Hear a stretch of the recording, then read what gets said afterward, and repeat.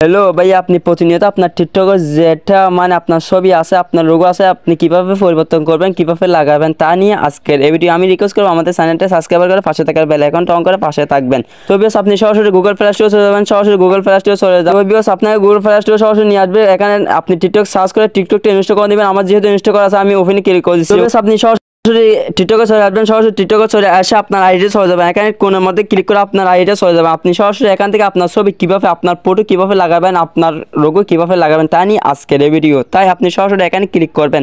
এই যে এখানে ক্লিক করে আপনার ফটোটা অ্যাড করতে পারবেন, আপনার লোগোটা আপনি এখান থেকে অ্যাড করতে পারবেন। তার জন্য আপনাকে এখানে ক্লিক করতে হবে। এখানে ক্লিক করে আমি যেহেতু আমার গ্যালারি থেকে দিয়ে যাচ্ছি, তাই গ্যালারিতে ক্লিক করে এখান থেকে গ্যালারিতে চলে যাবে। আপনি এখান থেকে আপনার ছবিগুলো পাবেন। আপনি এখান থেকে আপনার ছবিগুলো এখান থেকে অ্যাড করবেন।